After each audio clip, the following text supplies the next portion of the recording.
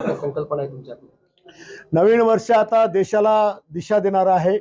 500-550 वर्षानंतर ज्या बाबरांनी रामाचं मंदिर पाडून त्याचं थडगं त्या ठिकाणी उभं केलं होतं, ते थडगं मागच्या काळात शिवसैनिकांनी पाडलं आणि आता अनेक वर्षाच्या प्रतीक्षेनंतर रामलला आपल्या संपूर्ण देशातल्या हिंदूंचं दैवत असणारे प्रभू रामचंद्र की ज्यांनी आदिवासी महिलांच्या हातचे बोरं खाऊन एक समानतेचा संदेश त्या प्रभू राजाने दिला। एक मर्यादा पुरुषोत्तम राजा ज्यांनी आपल्या जीवनामध्ये कधी लग्न केलं नाही आणि राजा कसा असावा, एक आदर्श पुत्र असं कसा असावा की आपल्या आईच्या एका शब्दाखातर त्यांनी 14 वर्षाचा वनवास भोगला, अशा आदर्श राजाचं स्थापना 22 जानेवारी म्हणजे प्रभू रामाचं मंदिर याचा लोकार्पण सोहळा या देशाचे प्रधानमंत्री यांच्या हस्ते उत्तर प्रदेशमध्ये या ठिकाणी होता। ही संपूर्ण भारतवर्षाकरता गौरवाची गोष्ट आणि तो आनंद दिवस आम्ही संपूर्ण विदर्भवासियांनी बुलढाणेकर जोरात साजरा करणार आहोत।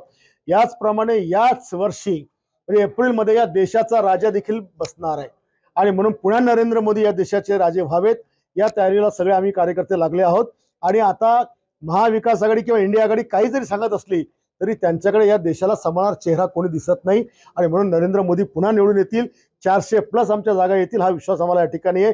याच वर्षी विधानसभा देखील आहेत आणि या राज्याला सांभाळणारे राज्याचे प्रमुख एकनाथ शिंदे साहेब याच्यासारखा मुख्यमंत्री आजपर्यंत या राज्याने कधी पाहिला नाही।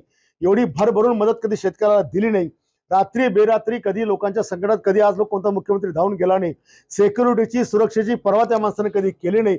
असा संपूर्ण राज्याला भरभरून देणारा एक राज्याचा खऱ्या अर्थाने शेतकऱ्यांचा नेता हा पुन्हा मुख्यमंत्री बसावा याकरता देखील आम्ही या नवीन वर्षामध्ये प्रयत्न करणार आहोत। एबीपी माझा, उघडा डोळे बघा नीट।